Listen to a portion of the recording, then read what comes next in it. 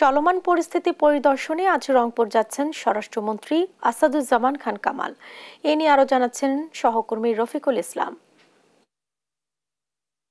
আমরা এই মুহূর্তে রয়েছে রংপুর মেট্রোপলিটন পুলিশের উপপুলিশ কমিশনার অপরাধ কার্যালয়ের সামনে, একই সঙ্গে ডিবি কার্যালয় কিন্তু রয়েছে, পাশাপাশি রয়েছে নবাবগঞ্জ পুলিশ ফাঁড়ির সামনে। স্বরাষ্ট্রমন্ত্রী আসাদুজ্জামান খান কামাল তিনি আজকে রংপুরে আসবেন। একই সঙ্গে তার সফর সঙ্গে রয়েছেন পুলিশের আইজিপি মহোদয় এবং পুলিশের শীর্ষ কর্মকর্তারা কিন্তু আজ তিনি রংপুরে আসবেন। সকাল 11টায় বিজিবির যে হেলিপ্যাড রয়েছে সেখানে তিনি নামবেন এবং সড়ক পথে তিনি প্রথমেই সার্কিট হাউসে আসবেন। এরপর যে ক্ষতর জন্য যে স্থাপনাগুলো রয়েছে সেই স্থাপনাগুলো তিনি পরিদর্শন করবেন। একই সঙ্গে বেগম রোকেয়া বিশ্ববিদ্যালয়ের যে উপাচার্যের বাংলো রয়েছে সেই উপাচার্যের বাংলোতেও কিন্তু তিনি যাবেন।